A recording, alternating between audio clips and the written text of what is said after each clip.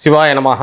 எப்போதும் திரைமையினை தீண்டும் ஆதி சைவர்கள் குலத்தில் சுந்தரமூர்த்தி சுவாமிகளின் வழி தோன்றல் திருவான்மையூர் அடியாருக்கு அடியேன் சந்தோஷ் திருமேனி சிவாச்சாரியால் நெக்ஸ்ட் ஜென் நேர்கள் அனைவருக்கும் அன்பான வணக்கம். வரக்கூடிய இந்த தை மாதம் 2026 பார்த்திங்க அப்படின்னா ரொம்ப அற்புதமான மாதமாக அமைதுங்க. பொதுவாகவே இந்த தை மாதம் பார்த்திங்கன்னா முருகப்பெருமானுக்கு ரொம்ப உகந்தமான மாதம். தை மாதம் பூச நட்சத்திரத்தை அம்பாள்கிட்ட தவம் இருந்து முருகப்பெருமான் சக்தியினுடைய சுரூபமாக இருக்கக்கூடிய ஆயுதத்தை பெற்ற அந்த வேல் வாங்கக்கூடிய அற்புதமான நிகழ்வு நடந்தது இந்த தை மாதம் பூச நட்சத்திரத்தில்.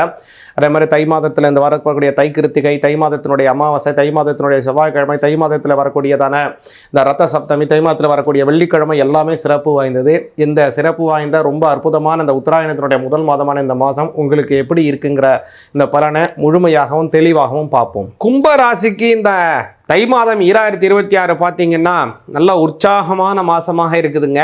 குறிப்பாக சொல்லணும் அப்படின்னா உங்களுடைய பல நாளாக நீங்கள் ஏதாவது பணியை சேர்த்து வச்சுருக்கீங்கன்னா அதையெல்லாம் செய்து முடிப்பீங்க. அதை தெளிவாக சொல்கிறேன். இன்றைக்கி இப்போ செய்ய வேண்டிய விஷயங்கள் நம்மளால் இன்றைக்கி வேலைப்பளு, நேற்றைய வேலைப்பளு அதிகமாக இருக்கிறதுனால நாளைக்கு ஒதுக்குறீங்க.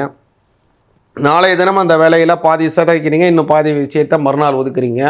அப்படியே நீங்கள் சேர்த்து சேர்த்து சேர்த்து சேர்த்து வைக்கக்கூடிய விஷயம் அது படிப்பாக இருக்கலாம், அல்லது வேறு ஏதாவது நீங்கள் செய்து முடிக்க வேண்டிய ஒரு ப்ராஜெக்டாக இருக்கலாம், அல்லது ஒரு வேலையாக இருக்கலாம், அல்லது பணியாக இருக்கலாம், நீங்கள் எடுத்து கொடுக்க வேண்டிய ஒரு பொருளாக இருக்கலாம், அது எந்திர கருவியாக இருக்கலாம், அல்லது ஒரு பொருளாக இருக்கலாம், பணமாக இருக்கலாம், ஏதோ ஒன்று. அந்த விஷயங்கள் தேங்கி தேங்கி அதை நீங்கள் செய்த வேண்டிய கடமைகள் தேங்கி தேங்கி தேங்கி தேங்கி நிற்கிது.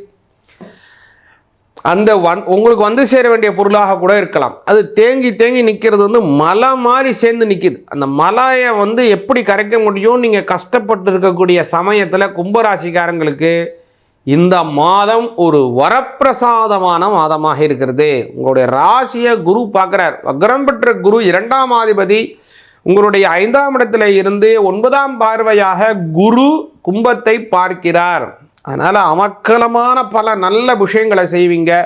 உங்களுடைய பேச்சில் முன்பை விட அதிகமான ஞானம் கரை புரண்டு ஓடும். அதனால் உங்களுக்கு ஒரு தனித்துவமான உங்களுக்கு மரியாதை கிடைக்கும். சமூகத்தில் நல்ல உயரிய அந்தஸ்து கிடைக்கும். குடும்பத்திலே மற்ற உறுப்பினர்கள் உங்களை பார்த்து ரொம்ப ஆச்சரியப்படும்படியான பல நல்ல விஷயங்களை உங்களிடமிருந்து கற்றுக்கொள்ளுவார்கள்.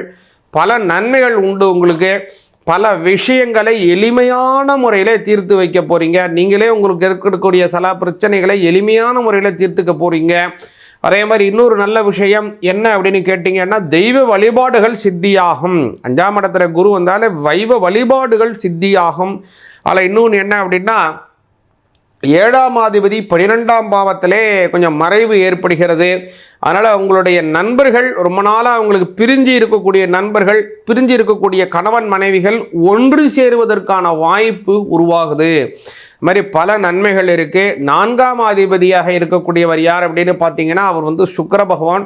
அவர் வந்து 12ஆம் பாவத்தில் 7ஆம் தேதி வரைக்கும், பிப்ரவரி 7 வரைக்கும் மறைஞ்சு இருக்கார். அதனால் புதிய நிலங்கள், வீடு வாங்குவதற்கு வாய்ப்பு இருக்குது. குறிப்பாக சொல்லணும்னா இது வந்து ஸ்திர ராசி அப்படின்னு பேர், 4ஆம் ராசி உங்களுக்கு. அதனால் வந்து நிச்சயமாக வீடு வாங்குவதற்கு அல்லது ஒரு மனை வாங்குவதற்கு, அது மாதிரியான ஒரு அசையா சொத்துக்கள் வாங்குவதற்கு ஒரு நிச்சயமான ஒரு வாய்ப்பு இருக்குது உங்களுக்கு.